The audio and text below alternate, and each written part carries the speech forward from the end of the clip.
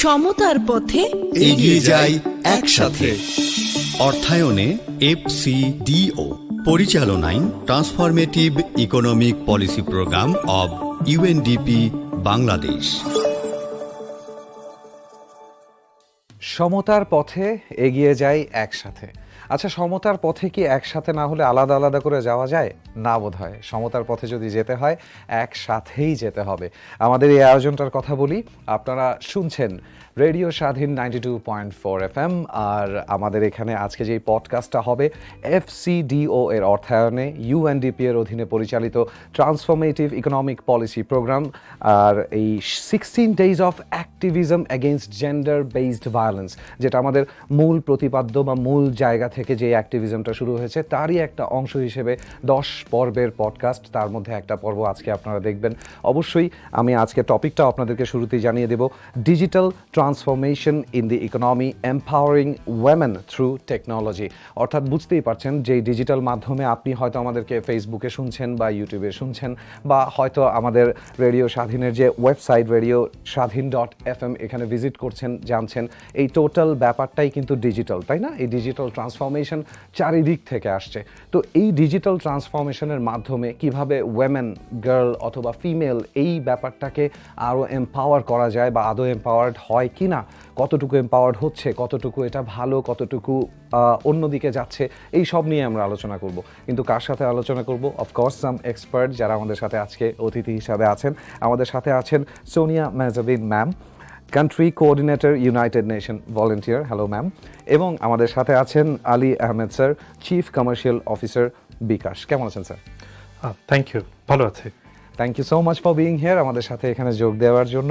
আসলে আমরা যেই বিষয়টা নিয়ে কথা বলবো স্যার এবং ম্যাম, শুরুতেই কিন্তু আমরা বলে নিলাম যে আসলে এই যে ওভারঅল ডিজিটাল ট্রান্সফরমেশন পুরো ওয়ার্ল্ড ওয়াইড, পুরো বিশ্বব্যাপী যেটা হচ্ছে, সেটা আসলে ওয়েমেন এম্পাওয়ারমেন্টের ক্ষেত্রে কতটুকু helpful? How could leveraging digital technologies play a role to advance women's economic empowerment? এই প্রশ্নটাই স্যার আমি প্রথমে আপনাকে দিয়ে শুরু করতে চাই, যে এই যে ডিজিটাল ট্রান্সফরমেশন, এটা আসলে ওয়েমেন বা নারী শক্তিকে আরও শক্তিশালী করতে ইকোনমিক্যালি ওভারঅল তার পজিশন অনুযায়ী তাকে আসলে কতটা শক্তিশালী করছে বা করতে পারে? Thank you. রেডিও স্বাধীনকে ধন্যবাদ আমাদেরকে এই প্রোগ্রামে ইনভাইট করার জন্য, অ্যান্ড অফকোর্স ইউএনডিপিকে we are grateful to UNDP যে এই অপরচুনিটি ক্রিয়েট করার জন্য যাতে আমরা পার্টিসিপেট করতে পারি। ফাইন্যান্সিয়াল সেক্টরে যেটা দেখি যে women participation in financial sector, এটা এখন কেমন and compare to the situation we had say 15 years back. G, the latest data central ব্যাংকের পাবলিশ হয় সেপ্টেম্বর সাজেস্ট করছে যে 43% of the mobile financial account is owned by female. Wow, যেটা অনেক কম ছিল সে 14 বছর আগে। এবং আমরা যখন দেখি যে এই ডেটা সেটটা কম্পেয়ার করা হয় আরবান অ্যান্ড রুরালে the number is around 56%. Surprising. So একটা মোবাইল ফাইন্যান্সিয়াল সার্ভিস এনেবল করছে women in rural area to have her own account. Right. And আমরা BIDS একটা স্টাডি করেছিল, বা BIDS একটা impact on of mobile financial service, a case study on bKash বলে একটা study হয়েছিল। ওখানে ওই স্টাডি সাজেস্ট করছে যে account holder, women account holder যখন একটা MFS অ্যাকাউন্ট খুলেন, ওইটা কি ইম্প্যাক্ট করে? একটা ইম্প্যাক্ট করে ওনার ability to have control over finance, very true. একটা কন্ট্রোল, সো ওনার ability to make financial decision, right. And ওনার overall acceptability among inside the family and among the peers, ওইটা আপলিফট করে।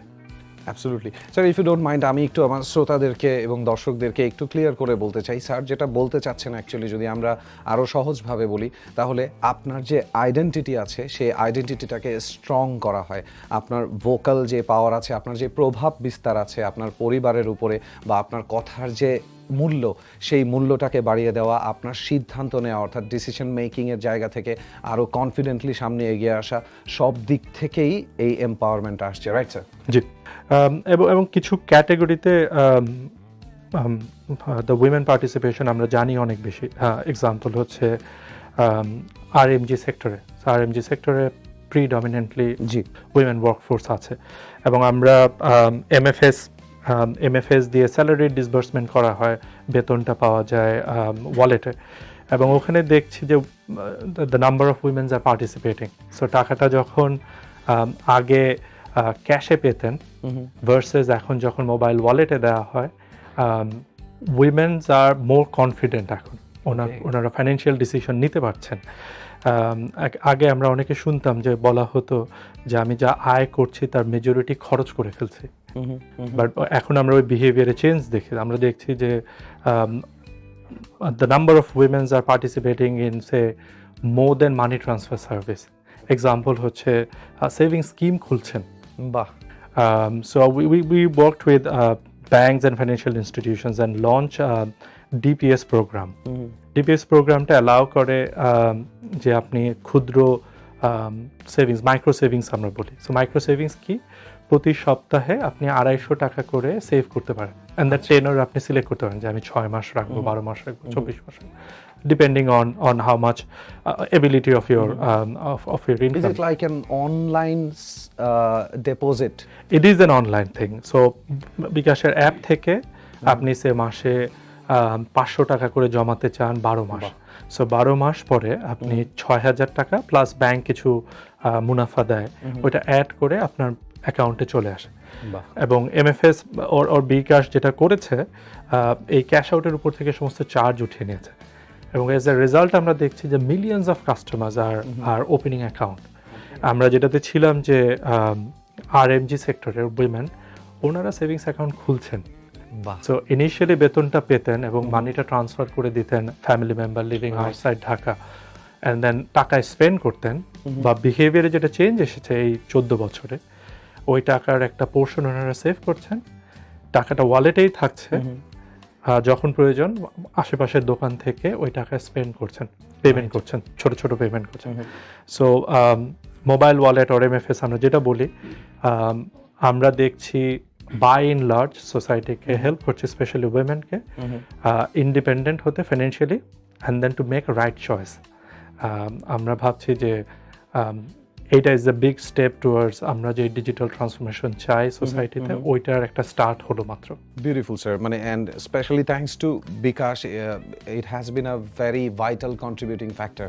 এই এম্পাওয়ারমেন্টের দিক থেকে যদি আমি ধরি, ডিজিটালাইজেশন, বিশেষ করে যেহেতু মানি মুভমেন্টের ব্যাপারটা এখানে আছে, সেটাকে ইজি করে ফেলা, সেভিংসের জায়গাটা পর্যন্ত নিয়ে যাওয়া, এই যে ফ্যাসিলিটিগুলো, এই ফ্যাসিলিটিগুলোর মাধ্যমে আমি ম্যামের কাছে যেতে চাই। ম্যাম, আমার যেই কোশ্চেনটা ছিল আপনার কাছে, যে এই যে ফিনান্সিয়াল স্টেবিলিটি তারা খুঁজে পাচ্ছে বা ইন্ডিপেন্ডেন্স খুঁজে পাচ্ছে বা জমিয়ে রাখার, সেভিংস রাখার একটা জায়গা পাচ্ছে, যে আমি একেবারে মাঠে পড়ে যাব না একলা যদি কোনো একটা বিপদে আসে, এটা কি এই যে জেন্ডার ইকুয়ালিটিতে কন্ট্রিবিউট করছে ম্যাম? করলে কতখানি যদি একটু বলতেন আমাদেরকে। হ্যাঁ, নিশ্চয়ই। আমার মনে হয় এই ডিজিটাল টেকনোলজির অ্যাডভান্সমেন্টের কারণে দুটো জিনিসের প্রবর্তন ঘটেছে, এবং সেটা উইমেন এম্পাওয়ারমেন্টে বেশ পজিটিভ একটা ইম্প্যাক্ট ফেলছে। একটা হচ্ছে যেটা আলী ভাই বললেন, যে যখন একটা এই মোবাইল ব্যাংকিংয়ের উদাহরণটাই যদি নেই, মোবাইল ব্যাংকিংয়ে মোবাইল ওয়ালেটে যখন তার বেতনটা আসছে, বা যে কোনো একটা, এটা যদি কোনো গ্রান্টস হয়, সাধারণত ডেভেলপমেন্ট সেক্টরে দেখা যায় যে উইমেন এম্পাওয়ারমেন্টের জন্য, উইমেন ইন্ডিপেন্ডেন্সের জন্য তাদেরকে বিভিন্ন রকম গ্রান্টস দিয়ে সাহায্য করা হয়, সেটাও কিন্তু আজকাল মোবাইল মানির মাধ্যমেই তাদের কাছে ট্রান্সফার হচ্ছে। তো এটা টেকনোলজির কারণেই কিন্তু এই ফোনটা যেভাবে একজন মহিলা তিনি ওন করেন, এই ফোনের ভেতরের ওয়ালেটটাও তাহলে তিনি ওন করেন। একদম।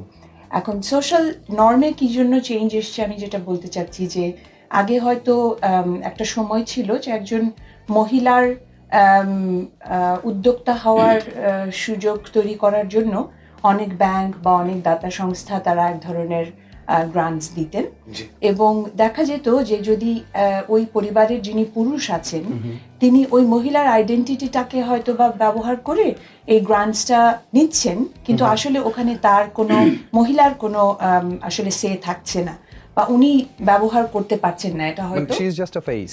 Exactly, she is just the identity, the gender identity, যার মাধ্যমে হয়তো ফিনান্সিয়াল সাপোর্টটা আসলে কিভাবে ব্যবহার হচ্ছে সেখানে তার কোনো সে থাকছে না।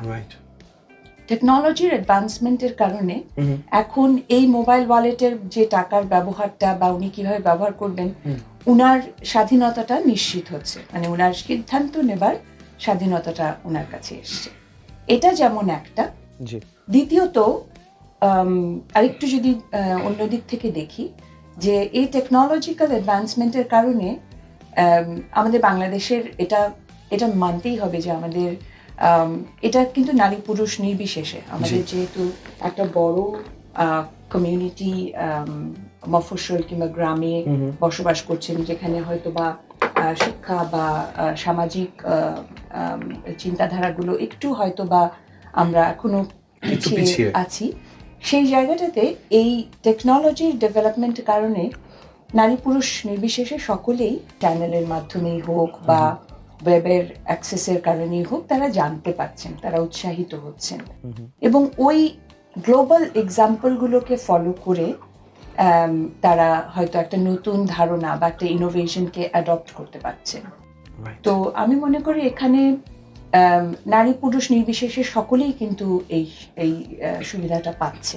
এখন প্রেক্ষাপটটা বাংলাদেশে বা বাংলাদেশের মতো আরো অনেক দেশে একটু ভিন্ন। আমরা মনে করি নারীরা একটু বেশি বেনিফিটটা পাচ্ছেন এই কারণে, আনুপাতিক হারে, কারণ আগে হয়তো এই বেনিফিটটা নারীদের হাতে পৌঁছতো না এবং তারাও যেহেতু এই স্বাধীনতাটুকু এখন টেকনোলজির কারণে এক্সপোজড হচ্ছে, আমি বলবো বিভিন্ন বেনিফিটসের দিকে।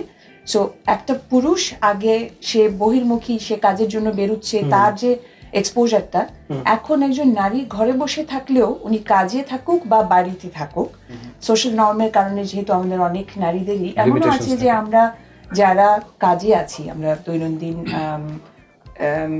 ফ্যামিলি চোর্স গুলো থেকেও কিন্তু আমরা বাইরে নেই। সো চাকরির পরেও একটা ফুল টাইম জব করার পরেও বাড়িতেও বেশ কিছু দায়িত্ব থাকে, তো সেটাও অনেকাংশে সহজতর হয়ে যাচ্ছে টেকনোলজিক্যাল সাপোর্টের কারণে। আমি যদি একটা উদাহরণ দিই যে এখন অনেক ফেসবুক বেসড ব্যবসা করার সুযোগ থাকছে।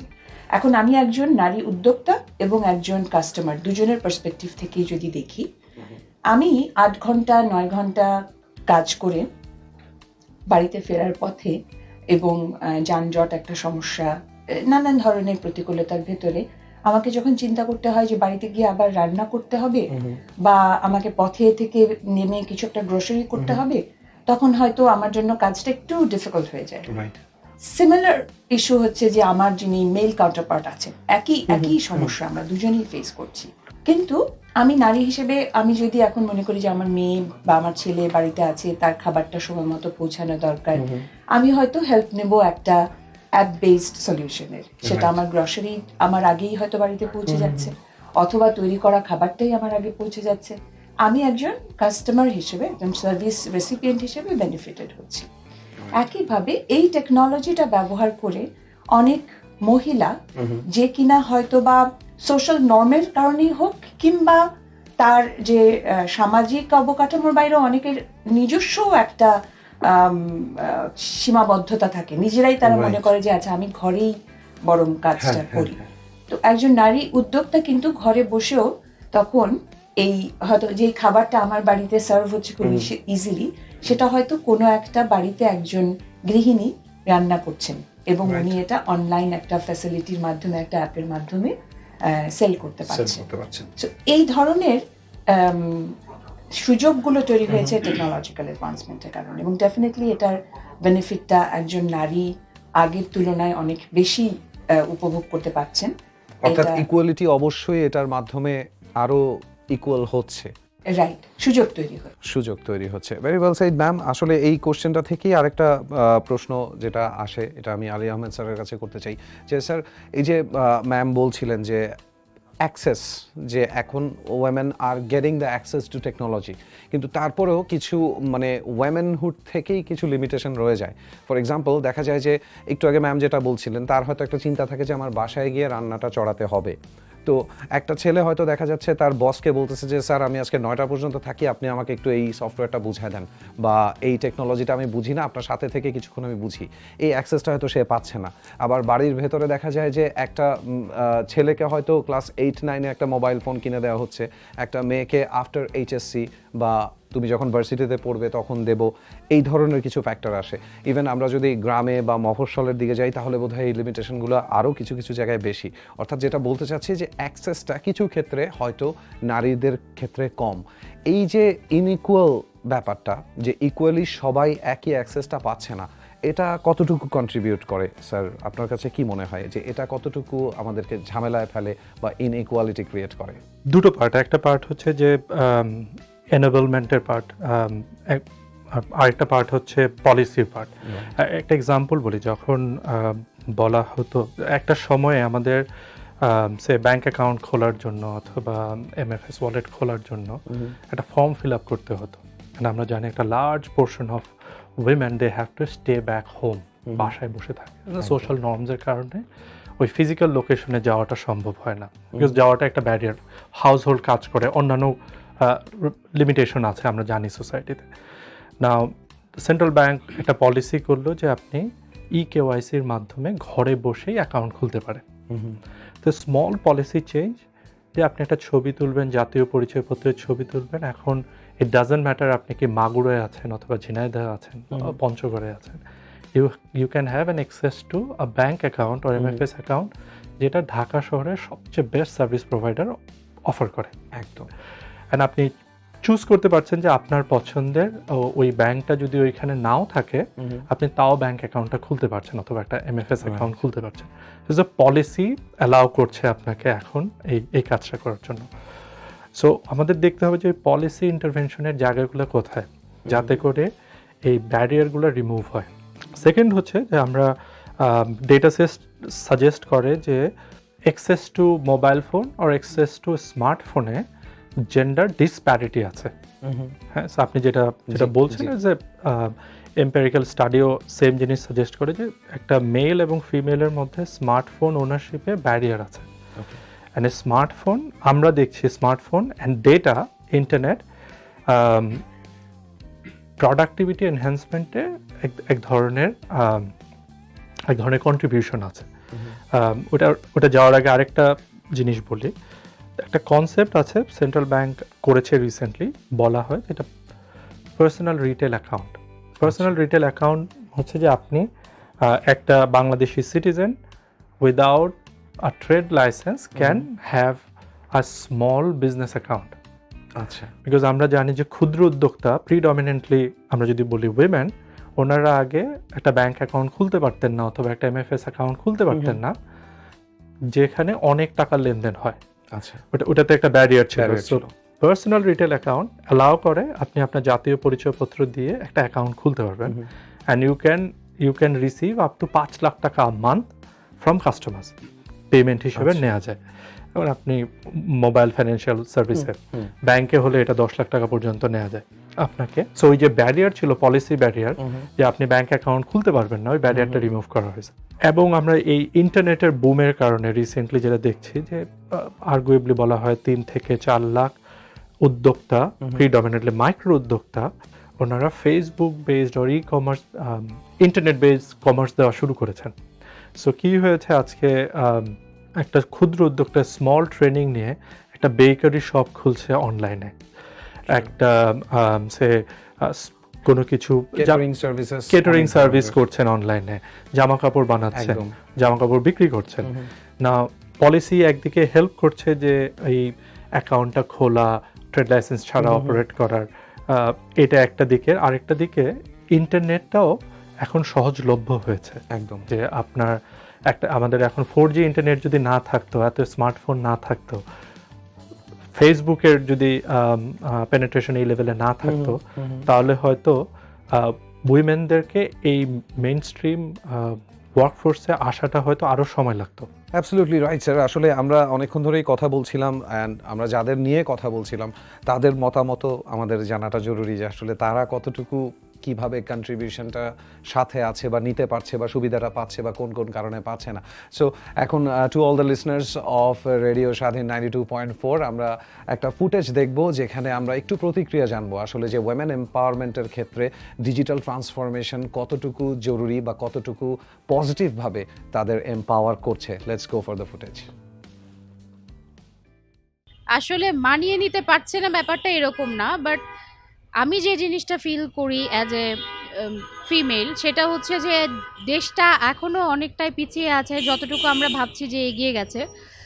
একটা ছেলের হাতে যখন মোবাইল বা কোনো একটা প্রযুক্তি তারা ইউজ করছে সেটা যতটুকু পজিটিভলি নেওয়া হয়, বাট মেয়েদের ক্ষেত্রে নেওয়া হয় না, বরং এটা বলা হয় যে এই প্রযুক্তি মোবাইল টোবাইল ইউজ না করে তোমরা ফ্যামিলির কোনো কাজে হেল্প করো আর কি। সো আমার মনে হয় আরও মানে দেশকে এগিয়ে আসা উচিত, সবাইকে এগিয়ে আসা উচিত, মেয়েদের এই সমস্ত ইউজ করার ক্ষেত্রেই বলেন আর এগিয়ে আসার ক্ষেত্রেই বলেন। ফোন বা ল্যাপটপ বা যেটাই স্ক্রিন টাইম বলতে একটা কথা আছে। তো আমি প্রযুক্তি ইউজ করব, প্রযুক্তি ইউজ করে আমাকে এটাও জানতে হবে যে আমি আসলে কত আওয়ার একটা স্ক্রিন টাইম দিব আমাকে, এটা হেলথের সাথেও একটা রিলেটেড একটা ব্যাপার। তো প্রযুক্তিটাকে ইউজ করে ওই হেলথ ব্যাপারেও একটা কনসাস হওয়ার ব্যাপার আছে, যেটা অবশ্যই নারীরা এখন হচ্ছে। তারা হেলথ রিলেটেড বিভিন্ন প্রোডাক্ট তারা দেখতে পাচ্ছে, জানতে পাচ্ছে। হ্যাঁ, মানে ফেসবুকিং করবে, আসলে এখন কি চলতেছে এই ব্যাপারে আপডেট থাকবে, এটা তো আসলে হইতেই হবে। হ্যাঁ, অবশ্যই পাচ্ছে। আমার ওয়াইফকে, আমার বউ বাচ্চাকে একটা মোবাইল কিনে দিয়েছি, ওই মোবাইল দিয়ে ওরা শিলি কাজ শিখে আমার ওয়াইফ, এবং কি আমার বাচ্চারাও ওনারাও খাবার আইটেম শিখে। এই জন্য আমি খুব আনন্দিত, আমার বউ বাচ্চাকে আমি একটা মোবাইল কিনে দেওয়ানে আমি খুশি। এটা আসলে ভ্যারি করে, যদি সে বাচ্চা ছোট হয় তাহলে এটা তার অভিভাবক তাকে বলে দিবে যে তুমি এই টাইমের ভিতরে তুমি দেখবা, ঠিক আছে। আর যদি সে বড় হয়, তার তো আমাদের মতো হলে তার তো নিজেই বোঝা উচিত যে আমি কতটুকু আমি ফোনে থাকবো, কতটুকু আমি দেখবো বা কতটুকু আমি কাজ করব। এটাই এই যুগে যদি টিকে থাকতে হয় মানায় নিতে হবেই, there is no way out, মানায় নিতে হবেই। বিশেষ করে আমাদের করোনার পরে যেটা হলো, বাসিতে আমরা যেটা দেখেছি আর কি, মানে হোম বেস ছিল আর কি। তো বাসায় মোবাইল বা ল্যাপটপ ইউজ করতেই হবে, কোনো আদার ওয়ে আউট নাই, আসলে করতে হবেই। ওয়েল, আমরা কিছু মানুষের মতামত দেখলাম। Thanks to all listeners and our viewers, সবাইকে একসাথে একটা থ্যাংক ইউ জানিয়ে আবার আমি আমার গেস্টদের কাছে চলে আসি। ম্যাম, আমরা তো দেখলাম অবস্থাটা এখানে। প্রথমেই একজন নারী বলছিলেন কিছু ডিসক্রিমিনেশনের কথা, তো সেখান থেকেই কোশ্চেনটা উঠে আসে। ম্যাম, আপনার কাছে আগে যাই। Women are not technology friendly. আরও যদি স্বাভাবিক ভাষায় বলি, আমরা খুব ক্যাজুয়ালি বলি, ও এটা পারবে না, মেয়েরা এটা পারবে না, এটা আমার কাছে দাও। আমরা নিজেরাই এভাবে অনেক সময় ডিসক্রিমিনেট করে ফেলছি। হ্যাঁ, এই যে সেন্স অফ থিঙ্কিংটা, এই যে থট প্রসেসটা, এটা কিভাবে আসলে আসলো, বা এটা আসলে কতটুকু সত্যি, or is it just a taboo? আমার কাছে মনে হয় আসলে এটা একটা ন্যারেটিভ। এটা কিভাবে আসলো সেটা হচ্ছে যে আমার মনে হয় যে অন্যান্য যে কোনো ক্ষেত্রেই যেভাবে নারীদের পিছিয়ে থাকার পিছনে একটা সোশ্যাল ন্যারেটিভের ইনফ্লুয়েন্স থাকে, যে হ্যাঁ নারী ঘরে থাকবে, ঘরের কাজ করবে, এটা এক সময় ছিল। আমরা বেশ অনেকাংশে এটাকে কাটিয়ে উঠতে পেরেছি। আমাদের এখন যেটা আলী ভাই উইথ স্ট্যাটিস্টিক্স বললেন, রাইট, যে আমাদের দেশে এখন নারীদের কন্ট্রিবিউশন ইন ইকোনমিক ডেভেলপমেন্ট, সেটা তো আমাদের সবারই জানা, এবং আজকে আমরা কিছু স্ট্যাটিস্টিক্সও শুনলাম। তো আসলে এটা সময়ের সঙ্গে সঙ্গে এই ন্যারেটিভটাকে বদলে দেবার বিষয়টাই এখানে মুখ্য। আমার কাছে অন্তত মনে হয় না কখনো যে এই টেকনোলজি জানার ব্যাপারটা কোনোভাবে জেন্ডার এখানে কোনো বিষয়। একজন নারী যেভাবে টেকনোলজি টেক স্যাভি হতে পারেন একজন পুরুষের মতোই, এটা আসলে ডিপেন্ড করে ইন্ডিভিজুয়াল, তার ইচ্ছে, আগ্রহ, এবং সে একটা এনাবলিং এনভায়রনমেন্ট পাচ্ছে কিনা, শেখার মতো সুযোগ সে পাচ্ছে কিনা। এই সুযোগটা পেলে নারী পুরুষ নির্বিশেষে সকলেই কিন্তু টেকনোলজি অ্যাডপ্ট করতে পারে। উদাহরণ হিসেবে ম্যাম, সুযোগগুলো কেমন হতে পারে? নিশ্চয়ই, আমি দুটো উদাহরণ দেব যেটা আমার নিজস্ব অভিজ্ঞতায়, একটা আমার নিজস্ব পরিবারে, আরেকটা আমার কর্মক্ষেত্রে। জি আমার পরিবার থেকে শুরু করি। আমাকে বাড়িতে সাহায্য করেন যিনি আমাদের হাউস হোল্ড সাপোর্ট আছেন, জি তিনি আমার সঙ্গে বেশ 12 বছর ধরেই আছেন। আমার বাচ্চার দেখাশোনা থেকে শুরু করে বাড়ির রান্না বান্নায় অনেক কাজেই আমাকে সহায়তা করে। জি তো তিনি নিজের বেতনের টাকা থেকেই টাকা জমিয়ে একটা স্মার্টফোন কেনেন এবং আমাকে জিজ্ঞেস করেন যে কোনটা নিলে ভালো হবে, আপনি আমার সঙ্গে চলেন। অ্যান্ড আই এনকারেজ যে ঠিক আছে। আমি তার আগে জেনে নিয়েছিলাম যে তোমার এটার প্রয়োজনটা কি, বিকজ তার আগে সে একটা বাটন ফোন ব্যবহার করতো। সে তখন আমাকে খুব সুন্দর করে যুক্তিগুলো দিল। একটা হচ্ছে যেটা আলী ভাই বলছিলেন যে সে তার ইনকামের একটা অংশ এরকম একটা ডিজিটাল সেভিংসে করতে চায়। আচ্ছা সেখানে একটা স্মার্টফোন তাকে হেল্প করবে, কারোর হেল্প তার দরকার হবে না, তার ফোনই তাকে হেল্প করবে। জি দ্বিতীয়টা ছিল সে একজন সিঙ্গেল মাদার। সে ছোটবেলা থেকেই তার বাচ্চাকে একা বড় করেছে, তার বাচ্চা বড় হয়ে তাকে বিয়ে দেওয়া এবং তারপর তার গ্র্যান্ড চিলড্রেনরা আছে। তো সে বললো যে আমার মেয়েকেও আমি কাজে পাঠাতে চাই, এবং সে মেয়ে যখন কাজে যাবে বেশ একটা সময়, হয়তো নেবারহুডে সে কাজ করে, একটা সময় তার গ্র্যান্ড চাইল্ড বাড়িতে একা, বিকজ তার মেয়ে এবং মেয়ের স্বামী দুজনই কাজে যায়। জি সে তখন বললো যে আমি ওই ভিডিও ক্যামেরা অন করে রাখতে বলেছি আমার মেয়েকে, ফোনে সে ভিডিও অন রাখবে, আমি এখান থেকে আমার নাতিকে দেখব, এবং যদি কোনো প্রয়োজন হয় আমার মেয়েকে আমি ফোনে খবর দেবো যে তোমার এখন বোধহয় বাড়ি তাড়াতাড়ি ফেরা উচিত। এটা কিন্তু আমি ওকে শিখিয়ে দেইনি, এটা সে তার নিজস্ব আগ্রহে এবং এনাবেলিং এনভায়রনমেন্ট হয়তো ছিল তার। আমার বাড়িতে সে টিভি দেখছে, বিভিন্ন এক্সপোজার পাচ্ছে, আমার মেয়ের সঙ্গে হয়তো কথা বলেছে, এই এনাবেলিং এনভায়রনমেন্টটা তাকে সাহায্য করেছে, কিন্তু আগ্রহটা কিন্তু তার নিজের।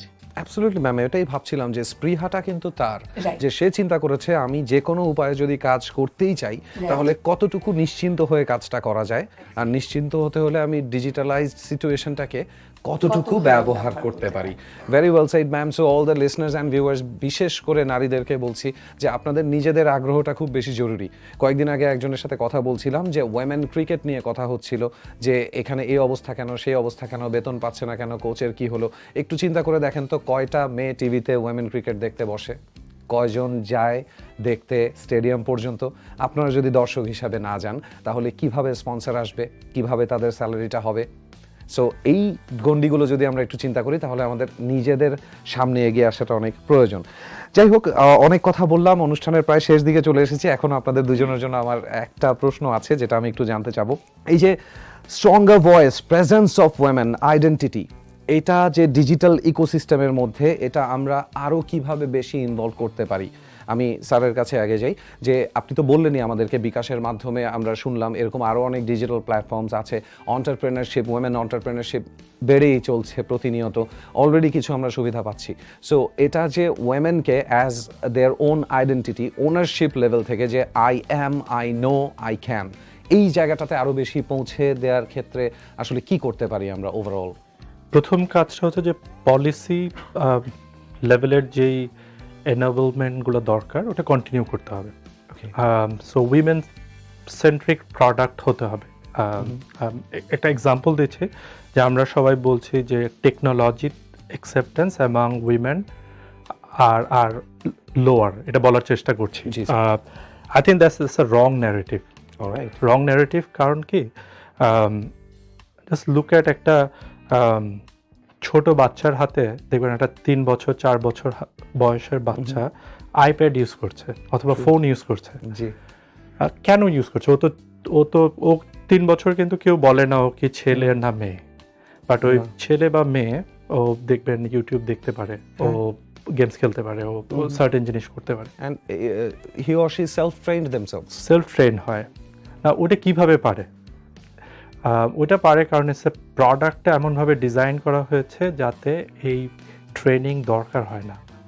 সো এটা ডিসকভারির মধ্যে থাকবে। Very well said. সো আপনি যখন প্রোডাক্ট এরকম ডিজাইন করবেন যে এটা যে কেউ ইউজ করতে পারবে না, আমরা বলি যে technology can democratise certain services. আজকে ইউটিউব কোথায় আবিষ্কার হয়েছে, কোথায় মানুষ ইউজ করছে? সেটাই ফেসবুক কোথায় আবিষ্কার হয়েছে, কোথায় ইউজ করছে। নাও সফটওয়্যার এবিলিটি আছে সফটওয়্যারে এটাকে ডেমোক্রেটাইজ করা, টেকনোলজি ওইটাকে যে কোনো মানুষের কাছে পৌঁছে দেয়। না আমরা যখন বলি আইফোনের ভিতরে যেই ফেসবুকটা চলে, আমাদের একটা বেসিক 4000 টাকার অ্যান্ড্রয়েড ফোনেও একই ফেসবুক চলে। রাইট, এখন আমরা কিন্তু কেউ বলি না যে দুইটা ফেসবুক আলাদা, this a different version of Facebook, different version of YouTube. So ওই ডিসপ্যারিটি নাই, টেকনোলজি ওই ডিসপ্যারিটি রিমুভ করে। আমরা যে মিথের মধ্যে আছি যে the womens are not capable, তারা পারবে না, no, I think that's a wrong perception. আমাদেরকে ওই সুযোগ তৈরি করতে হবে, ওই রাইট প্রোডাক্ট ডিজাইন করতে হবে, ওর আমাদেরকে ওই এক্সাইটমেন্ট তৈরি করতে হবে যাতে উইমেন্সরা এগিয়ে আসে। এক্সাম্পলস হচ্ছে যে আমি এমন সেভিং স্কিম আনতে চাই যে স্কিম অ্যাট্রাক্ট করবে ম্যাট্রিসের নিচে টাকা না রেখে আমি ব্যাংকে টাকা রাখবো। বাহ, আমি মাইক্রো ইন্স্যুরেন্স আনবো আমার ফ্যামিলি যাতে ওই টাকা যখন আমার প্রয়োজন হবে তখন যেন আমি পাই। সো সার্ভিস প্রোভাইডারকে এগিয়ে আসতে হবে যাতে আমরা উইমেনদেরকে বলি যে আপনারা এই মেইন স্ট্রিম ফাইন্যান্সিয়াল সার্ভিসের মধ্যে আসেন, অর টেকনোলজির মধ্যে আসেন। Thank you so much sir, এটাই শুনতে চাচ্ছিলাম এবং আপনার মাধ্যমে আসলে শ্রোতা এবং দর্শকদেরকেও শোনাতে চাচ্ছিলাম যে এই জিনিসটা দরকার। ম্যাম, আপনার কাছেও আমার সেম প্রশ্নটা থাকবে যে এই যে স্ট্রঙ্গার পজিশনটা বানানো নিজের জন্য, বিশেষ করে নারীর ক্ষেত্রে, as a women what do you think, কী ধরনের কন্ট্রিবিউটিং ফ্যাক্টর থাকলে একজন নারীর জন্য সহজ হবে যে না আমি টেকনোলজির সাথে আরও ফ্রেন্ডলি হই, আরও আগাই, আমি আরও শিখি, আমি আরও যাই? আমি আসলে এখন যেটা বলবো, আমি অ্যাজ আ উমেন বলবো না, আমি অ্যাজ আ প্রফেশনাল বলবো। সেটা হচ্ছে যে আলী ভাই যেটা বললেন, পলিসি ইজ আ রিকোয়ারমেন্ট, এটা একটা এনাবলিং এনভায়রনমেন্ট তৈরি করে ডেফিনেটলি। এরপরে যেটা দরকার সেটা হচ্ছে গিয়ে পলিসির অ্যাডভোকেসি এবং কিছু প্ল্যাটফর্ম তৈরি করা। আমি যেহেতু জাতিসংঘের সঙ্গে কাজ করছি, আমি জাতিসংঘের কাজের মূল্যবোধ থেকে বলছি, আমরা যেটাকে বলি ওয়াক দ্য টক। যে আমরা যে পলিসিগুলো নিয়ে কাজ করছি বা যে পলিসিগুলোতে সরকারকে সহায়তা করছি অ্যাডভোকেসি করার জন্য, সেটা আমরা কিভাবে করি আমাদের কাজের মাধ্যমে। আমাদের ইউএন ভলান্টিয়ার্স যারা কিনা ইউএন এর বিভিন্ন সংস্থাকে সাহায্য করছে কর্মশক্তি এবং ট্যালেন্ট দিয়ে, মেধা এবং তাদের কাজ দুটোই। এরকম একটা উদাহরণ, আমরা জানি যে হিল ট্র্যাক্স রিজিয়নকে আমরা বলে থাকি যে একটা হার্ড টু রিচ রিজিয়ন। এটা জিওগ্রাফিক্যাল কারণেই হোক, নানান ধরনের ক্লাইমেট ব্যারিয়ার আছে, বিভিন্ন রকমের ব্যারিয়ার ওখানে আছে। সেখানে একটি প্রজেক্ট, জাতিসংঘের একটি প্রজেক্টে আমাদের নারী ভলান্টিয়াররা কাজ করছেন, পুরুষ এবং নারী আছেন, দুই জেন্ডার থেকেই একটা group of volunteers are working.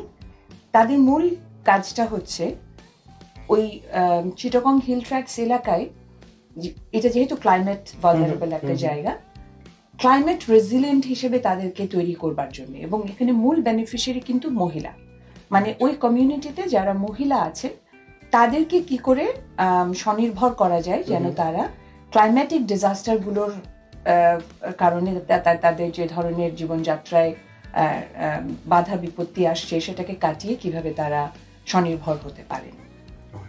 মজার বিষয় হচ্ছে যে এটা কেন বললাম এই এক্সাম্পলটা, যে আমরা এটাকে যখন ইমপ্লিমেন্টের সময় আমরা বদ্ধপরিকর ছিলাম যে এই যে গ্রুপ অফ ভলান্টিয়ার যারা ডিপ্লয়েড হবে তাদের মধ্যে মেজরিটি হবেন মহিলা। আচ্ছা। এবং আমরা কিন্তু ওই কমিউনিটি থেকেই এদেরকে রিক্রুট করেছি, এবং তার মানে এই ভলান্টিয়াররা ওই কমিউনিটি থেকেই এসছেন। তারা তাদের কমিউনিটির মহিলাদেরকেই ডিজিটালি এনেবল করছেন যাতে তাদের সকলের একটা ডিজিটাল ব্যাংক অ্যাকাউন্ট থাকে বা মোবাইল ব্যাংক অ্যাকাউন্ট থাকে। তারা বাড়ি বাড়ি গিয়ে ট্যাব ইউজ করে ওই KYC-টা ফিল আপ করতে হেল্প করেছেন, ব্যাংক অ্যাকাউন্ট নিশ্চিত করেছেন, এবং তখন গ্রান্টের টাকাটা তাদের কাছে পৌঁছে গেছে। এবং এরপরে যেটা তারা করেছেন, এই মহিলারা তার কমিউনিটির মহিলাদেরকে ট্রেন করেছেন কিভাবে একটা বিজনেস আইডিয়া ডেভেলপ করা যায়। এবং এখানে দেখেন, not only women are helping women, men are also helping the overall community, যেটাকে আমরা বলি he for she। কারণ যিনি ভলান্টিয়ার এখানে গেছেন মহিলা, দুর্গম অঞ্চলে উনি যাচ্ছেন, বেনিফিশিয়ারিদেরকে হেল্প করছেন, তার মেল কাউন্টারপার্টের সহযোগিতাটা না থাকলে বা ইয়েস টু দিস ইভেন্ট যদি না হতো তাহলে তার জন্য সহজ ছিল না। সহজ হতো। প্লাস এটা একটা সোশ্যাল নর্মেরও ব্যাপার যে একজন মহিলা বেরুবেন দুর্গম অঞ্চল বেরিয়ে আরেকজন নেবারহুডকে হেল্প করবেন, এটা কিন্তু পুরো ন্যারেটিভটাকে চেঞ্জ করে দিচ্ছে ওই ডিফিকাল্ট হার্ড টু রিচ জায়গাটাতে।